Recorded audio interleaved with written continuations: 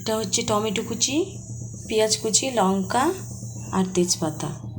এটার আজকে আমি বানাবো একটা দারুণ রেসিপি, সেটা হচ্ছে টমেটো রাইস। কড়াইয়ে তেল দিয়ে দেব,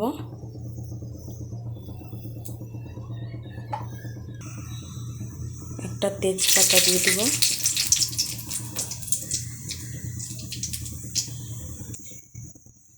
সরষা ফোড়ন দিয়ে দেব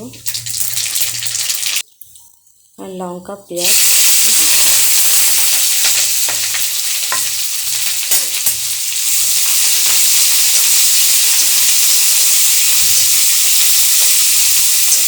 ভালো করে ভেজে নেব।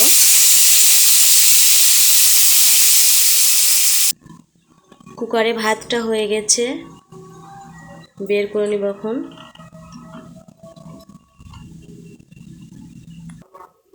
ভাতটা একটু শক্তই রাখতে হবে, তো আমার ভাতটা ওই জন্য তাড়াতাড়ি কুকারের মুখটা খুলে নিলাম, হয়ে গেছে।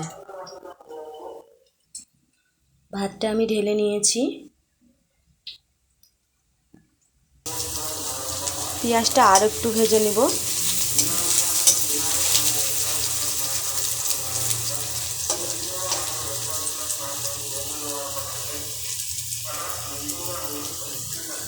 তারপরে এই টমেটোটা দিব এখন।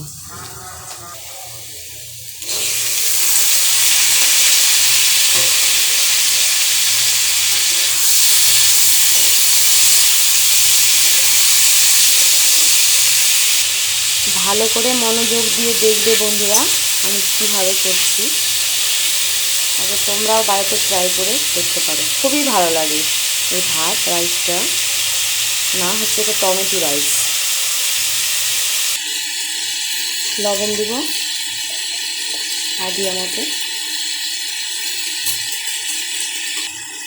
ভাতটা যতটা আছে সেই আঞ্জাতে লবণ হলুদটা দিতে হবে।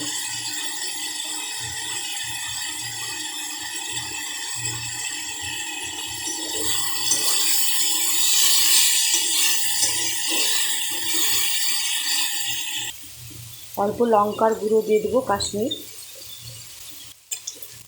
কালারটা আসবে, ভালো লাগবে। অল্প গরম মশলার গুঁড়ো দিয়ে দিলাম। তারপরে কারো যদি সবজি মশলা থাকে সেটাও একটু দিতে পারো, আমি দিলাম।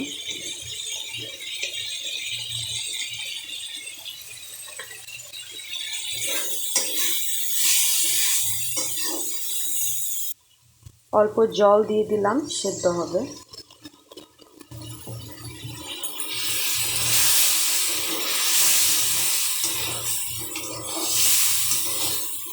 এটা যখন কষা কষা হয়ে যাবে তখন ভাতটা দিতে হবে।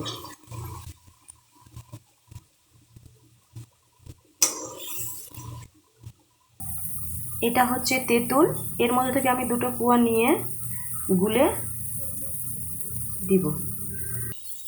হ্যাঁ, আর একটা কথা বন্ধুরা, এর মধ্যে তোমরা দারচিনির দুটো ছালও দিতে পারো। আমার ছিল, আমি ভুলে গেছি, এখন আর দেওয়া যাবে না, ওটা তেলে দিতে হবে, তেলের সময়। আমার টমেটো কষা হয়ে গেছে, ভাত দিয়ে দেব।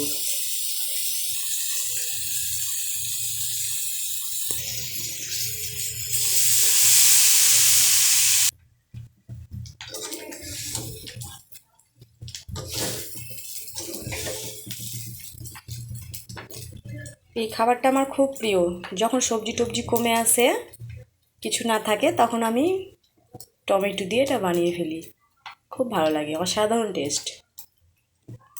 রেডি আমার টমেটো রাইস।